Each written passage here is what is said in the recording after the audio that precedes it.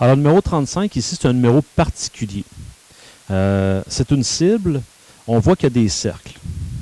Je vais vous faire voir qu'il y a différentes possibilités. On peut arriver dans le 15 points, dans le 10 points et dans le 5 points.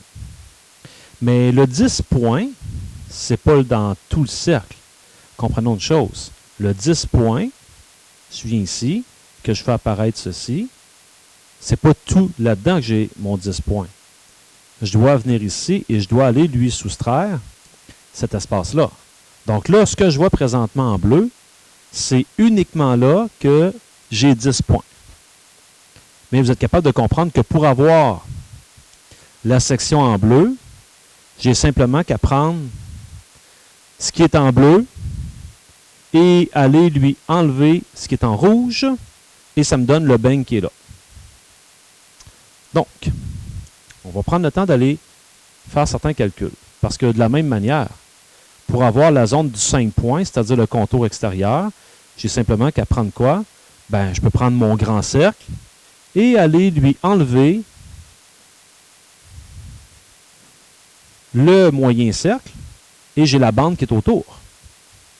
Donc, une fois qu'on a compris ce principe-là, bien, ce que je vais faire,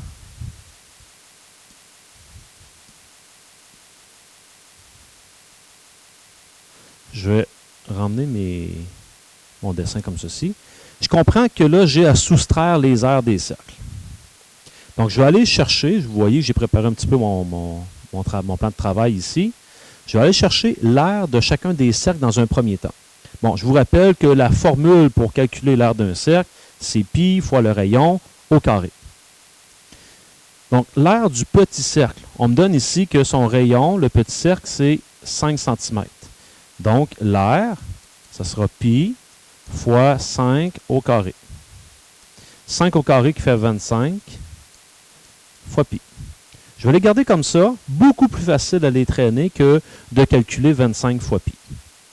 De la même manière, mon moyen cercle, je me rends compte que le moyen cercle, il est ici, son rayon vaut 10. Donc, l'aire, ça sera pi fois 10 au carré. 10 au carré qui fait 100 fois pi. Et toujours de la même manière, le grand cercle, son rayon, c'est 15. Donc, fois 15 au carré. 15 au carré qui donne 225 fois pi. Mais souvenez-vous que je ne prends pas les cercles au complet. Entre autres, pour ma zone du 10 points, okay, pour la zone du 10 points, par exemple, la zone qui était juste ici, cette zone-là ici, qui était en bleu, j'ai fait quoi pour trouver cette zone-là? J'ai pris mon cercle moyen, c'est-à-dire tout ça au complet, et j'ai été lui enlever, on a été lui enlever le cercle du centre. Comme ça ici. J'enlève celui-là. Donc, en lui enlevant ce cercle-là, ça me donne la zone qui est autour. Donc, on va se servir des calculs qu'on vient de faire. Donc, avec les calculs qu'on vient de faire, pour arriver dans le 10 points, il faut faire l'aire du moyen moins l'aire du petit cercle. C'est-à-dire, je dois faire 100 pi moins le petit qui est 25 pi. Ce qui me donne 75 pi pour l'aire du 10 points. De la même manière, celui-là du 5 points, qui est le grand tour, ben, je vais prendre l'aire du grand cercle et je vais aller lui enlever l'aire du moyen cercle. OK? Donc, le grand cercle, c'est 225 pi, moins l'aire du moyen qui est 100 pi, ce qui me donne 125 pi. Ça, c'est l'aire de, on peut appeler ça un bang, si on veut, le bang qui est le 5 points. Puis là, on me demande de calculer l'espérance mathématique de cette cible-là. Je sais que calculer l'espérance mathématique de la cible, ça sera ni plus ni moins que de faire, je peux arriver sur le 5 points fois. Ici, ça va me prendre la probabilité d'arriver sur le 5 points. Plus 10 points fois la probabilité d'arriver sur 10 points. Et plus je peux arriver dans le 15 points fois la probabilité d'arriver dans le 15 points. Bon, ces probabilités-là, je vais venir les observer ici. D'arriver dans le 5 points, ça veut dire de pouvoir arriver dans la zone qui est grise ici, là, celle qui est à l'extérieur. Ben, j'ai toute l'aire de ce beigne-là. L'aire de ce beigne-là, on l'a calculé tout à l'heure.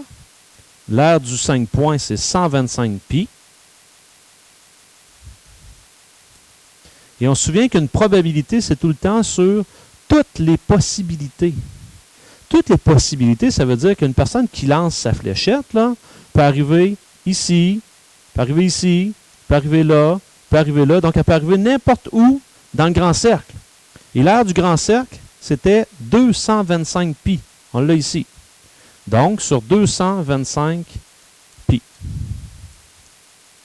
Je fais le calcul. Vous pouvez utiliser la touche fraction. Puis en utilisant votre touche fraction, vous pouvez tout de suite éliminer les pi, parce que c'est un sur l'autre.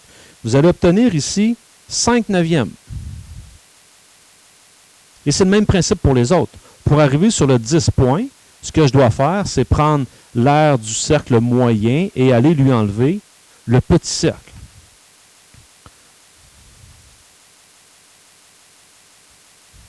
Donc, ça, on l'avait trouvé. Alors, pour le 10 points, on avait trouvé qu'on avait 75 pi. Donc, 75 pi. Sur, encore une fois, je peux arriver n'importe où sur ma cible. 75 sur 225, qui donne un tiers. Avec votre touche. Un tiers, regardez bien le truc. Je vais vous demander de travailler avec 3 neuvièmes. Pourquoi? C'est que moi, là, je vais privilégier le fait d'avoir le même dénominateur partout pour nos calculs tout à l'heure. Ça va être beaucoup plus simple. Et je termine avec la dernière possibilité d'arriver dans le 15 points. Bien, d'arriver dans le 15 points, là, ça, c'est d'arriver dans mon petit cercle. Le petit cercle, c'était 25 pi. Donc, j'ai 25 pi sur, encore une fois, je peux arriver partout dans ma cible, 225 pi. Et ceci me donne exactement un neuvième. Et regardez le truc pour voir si on n'a pas rien échappé. Il n'y a pas d'autre possibilité. Je peux arriver dans le 5 points, dans le 10 points, dans le 15 points. Il n'y a rien d'autre comme possibilité. Regardez le total de mes probabilités. 5 plus 3 plus 1, ça me fait 9 sur 9. J'ai toutes les possibilités. Donc, on va se servir de nos probabilités qu'on vient de trouver, c'est-à-dire 5 neuvièmes, 3 neuvièmes et 1 neuvième. Faire 5 points. Faire 5 points, on a vu que j'avais 5 chances sur 9. Faire 10 points, j'ai 3 chances sur 9. Et faire 15 points, j'ai 1 chance sur 9. Donc, en faisant ce calcul-là, je sais que ça sera sur 9. Je vous laisse faire le calcul. Vous devriez trouver 70 sur 9. 70 sur 9 qui vaut 7,78. Si vous voulez là, y aller avec des points, ça veut dire qu'on s'attend à ce qu'en jouant à ce jeu-là, ben, à chaque lancer, si je lance un très grand nombre de fois, j'aurai cumulé à peu près 7,78 points. Voilà pour ce numéro-là.